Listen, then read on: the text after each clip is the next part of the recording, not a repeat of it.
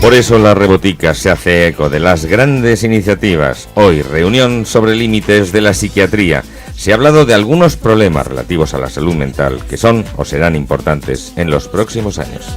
Y entre esos problemas, entre esos trastornos, destaca el de déficit de atención en el adulto. Hoy sabemos que afecta en torno al 8-9% de los niños en edad escolar este trastorno, pero también puede afectar hasta un 3 o un 4% de los adultos.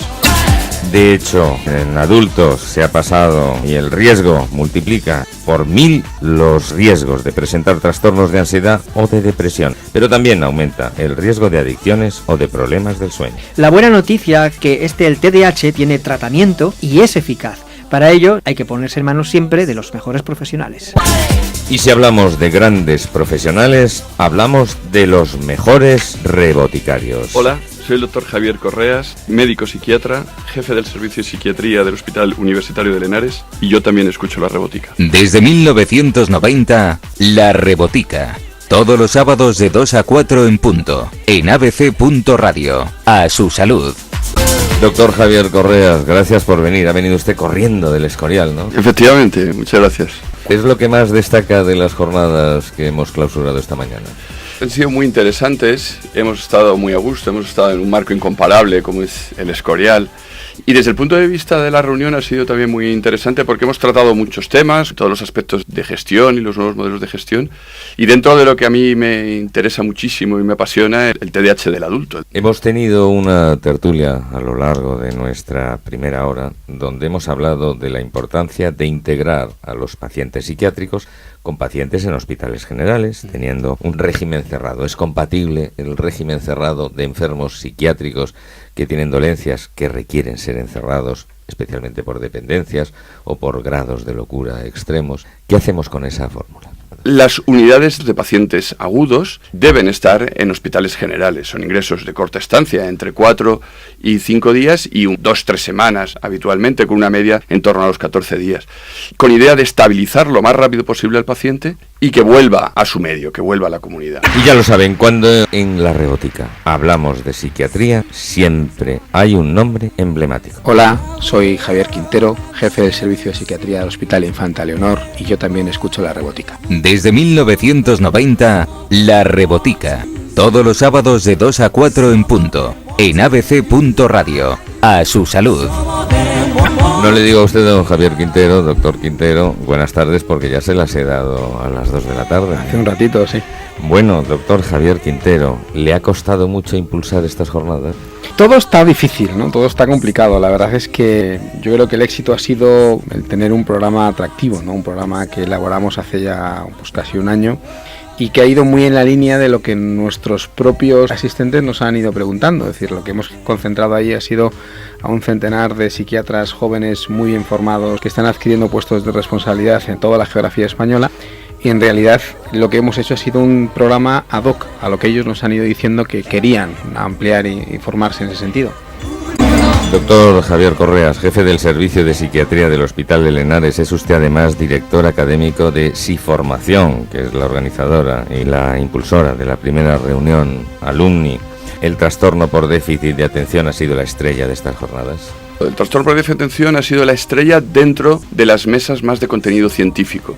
Pero los debates que hemos tenido han sido también realmente apasionantes sobre otros temas, quizá no tan científicos, pero muy importantes para el desarrollo de nuestra profesión y aspectos que nos preocupan, que nos inquietan y que nos ocupan a los profesionales de la salud mental. Vamos a centrarnos en este momento en la Rebotica en ese trastorno por déficit de atención, una dolencia que afecta en torno al 8-9% de los niños en edad escolar. Yo no sé, doctor Correas, hasta hace poco parece ser que del TDAH solo se hablaba en los niños, o especialmente en los niños. Ahora empezamos a hablar del TDAH en los adultos. ¿Quiere eso decir que hay mucho adulto infradiagnosticado? Efectivamente, y hay mucho adulto infradiagnosticado porque hay mucho niño infradiagnosticado y sobre todo porque hubo mucho niño infradiagnosticado hace 20, 30 años. Es verdad que clásicamente se ha considerado que el TDAH afectaba solo a niños y que en algún momento de la adolescencia se producía la maduración de las estructuras cerebrales que están implicadas en su génesis y desaparecía el trastorno por déficit de atención. Pero ya desde hace 30 años en la literatura científica está demostrado que no es así en un porcentaje importante de casos y que el trastorno persiste en la edad adulta y además con importantes complicaciones y con importantes dificultades en el funcionamiento del adulto. Doctor Francisco Javier Quintero, habla Moraga de la aparición de este déficit de atención ya en adultos. Sin embargo, es habitual que el problema haya pasado desapercibido durante la vida de quien lo padece, incluso que los problemas que le hubiera creado al paciente fueran atribuidos a otros trastornos. Hemos avanzado en esos diagnósticos. Sin duda alguna, además, una parte importante de la responsabilidad de Enrique también es suya, dado que uno de los temas recurrentes en tu programa es el TDAH, que permite reconocerlo mejor y reconocerlo a tiempo. ¿Por qué? Porque efectivamente el trastorno por déficit de atención en el adulto no aparece en el adulto. Apareció en la infancia, se mantuvo en la adolescencia y nadie lo diagnosticó o lo diagnosticaron de otra cosa o se trató de otra cosa diferente y de repente es en la edad adulta cuando el paciente consulta o bien porque ha tenido un hijo y al hijo se le ha diagnosticado el trastorno por déficit de atención y él se ve identificado y entonces en ese contexto él ya pide ayuda o bien porque se ha informado o bien porque aparece algún otro problema, un trastorno depresivo, un trastorno de ansiedad y cuando profundizamos en el origen, en el porqué de ese problema, hay un trastorno por déficit de atención subyacente que no se ha diagnosticado pero que está en el origen del problema.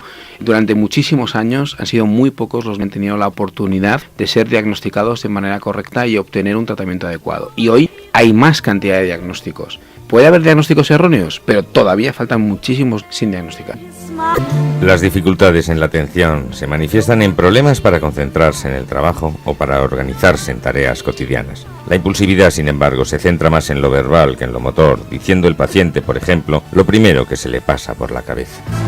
Y por su parte, la hiperactividad suele manifestarse en la dificultad para permanecer sentado durante periodos prolongados de tiempo o tener una sensación de inquietud interna que habitualmente se confunde con ansiedad.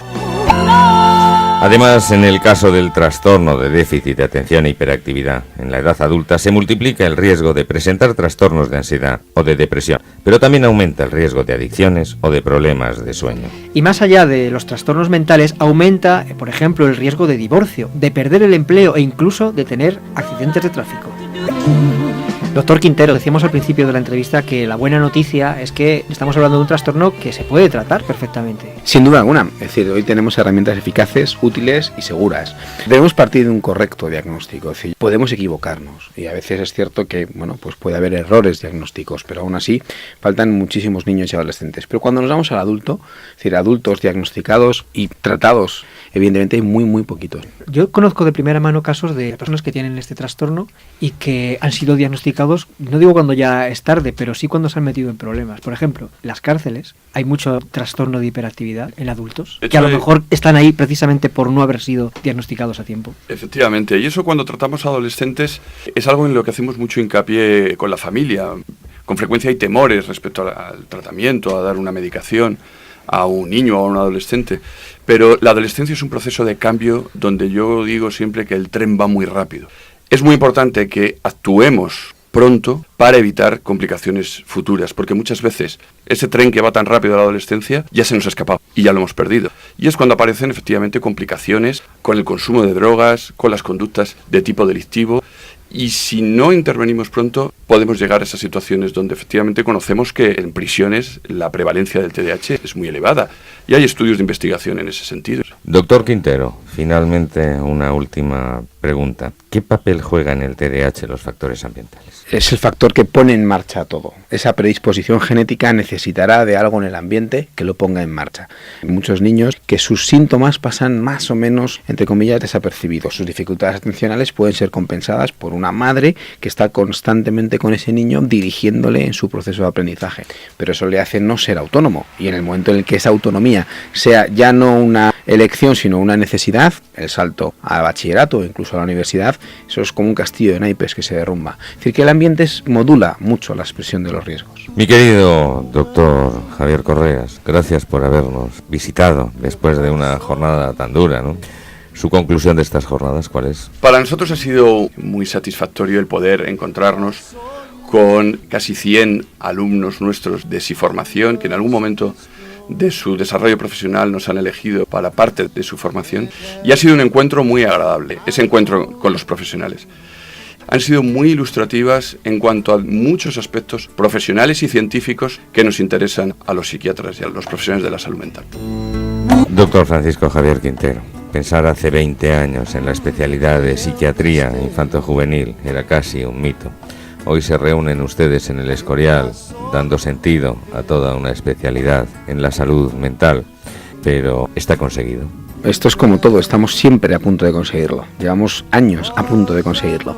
Y es cierto, ¿no?, que hoy también durante nuestras salidas profesionales y en los debates que hemos tenido estos días en el Escorial, ha surgido la parte de psiquiatría infantil, porque indiscutiblemente es una necesidad no cubierta en nuestra cartera de servicios. Es cierto que hay muchos psiquiatras infantiles, pero el reconocimiento es ese marchamo de calidad que el Ministerio debe ofrecer y dar de una vez. Pues muchas gracias al jefe del Servicio de Psiquiatría del Hospital Universitario de Lenares, a ese director académico de Sinformación, por organizar estas jornadas y por haber venido hasta aquí. Gracias, doctor Correas. Muchas gracias a vosotros. Gracias, doctor Quintero. Le esperamos aquí el próximo sábado en su rincón de la psiquiatría infanto-juvenil. Aquí estaré puntual como siempre.